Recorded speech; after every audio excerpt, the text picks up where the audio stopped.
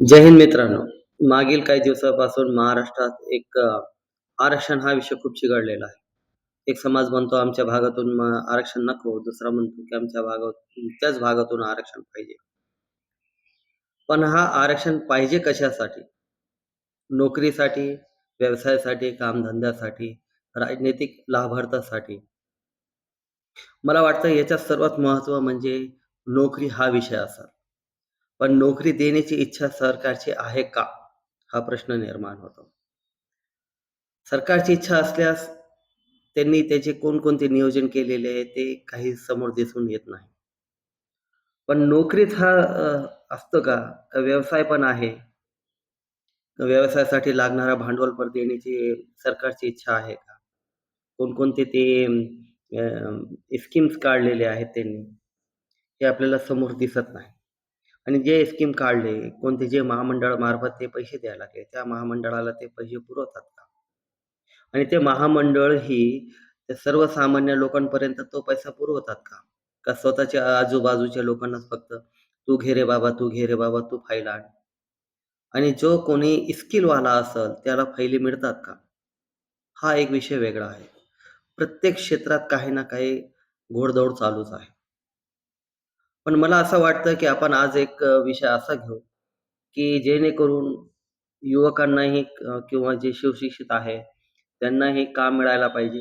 नोकरी विषय आहे आणि तो नोकरी कोण कुणाला कसं देणार आणि पद्धत काय?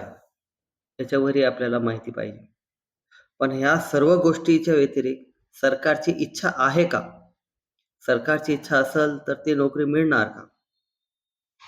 हा विषय आहे.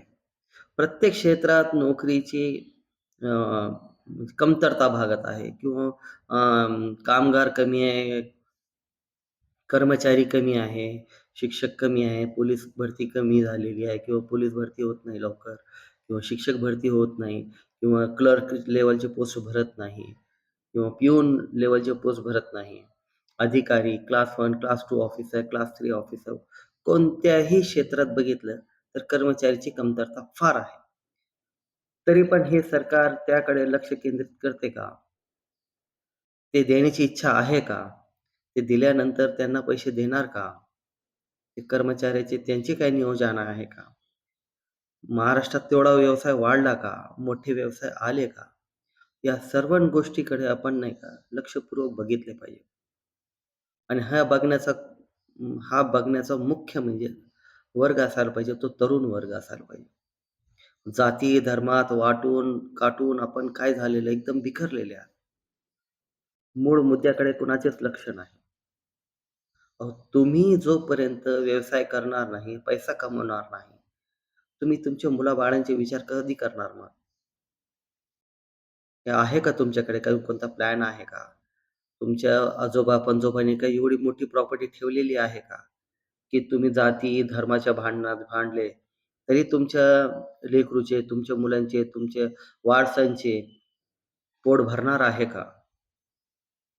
असं तर नाही ना, की तुम्ही जाती धर्माच्या विषयात भांडले, तुम्ही मेले, तुमच्या मग पोरांना, वारसांना, तुमचा वाटोळा करून घेतल्यानंतर तुमच्या वारसांना तुम्ही काय देणार आहात?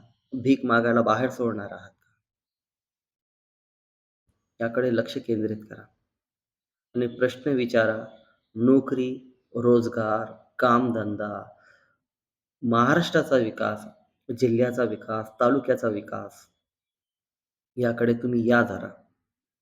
सर्व तरुणांना एक विनंती आहे, याकडे तुम्ही लक्ष दिले पाहिजे.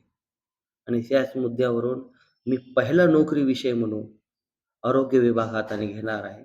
आरोग्य विभागात काय कसं आहे, ते तुम्हाला सांगणार आहे. तुम्ही मला कोऑपरेट करा. व्हिडिओ जेवढे जास्त व्ह्यूज मिळतील किंवा पूर्ण तुम्ही व्हिडिओ बघतील, त्याच्यानंतर एक लिस्टमध्ये माझा चॅनल येईल आणि त्याच्यानंतर आपण काय करणार आहोत, की जेवढे मोठे मोठे विचारवंत आहेत, त्यांना बोलून घेऊन त्यांच्यासोबत बसणार. माझा पुढचा व्हिडिओ आरोग्य विभागाकरता आहे. तुम्ही अवश्य पहा आणि तो छोटा व्हिडिओ करणार. प्रत्येक छोटे-छोटे व्हिडिओ येणार याच्यापुढे 3-3 मिनिटाचे. प्रत्येक विभागाकडे आपण जाणार आहोत. धन्यवाद. जय हिंद, जय महाराष्ट्र.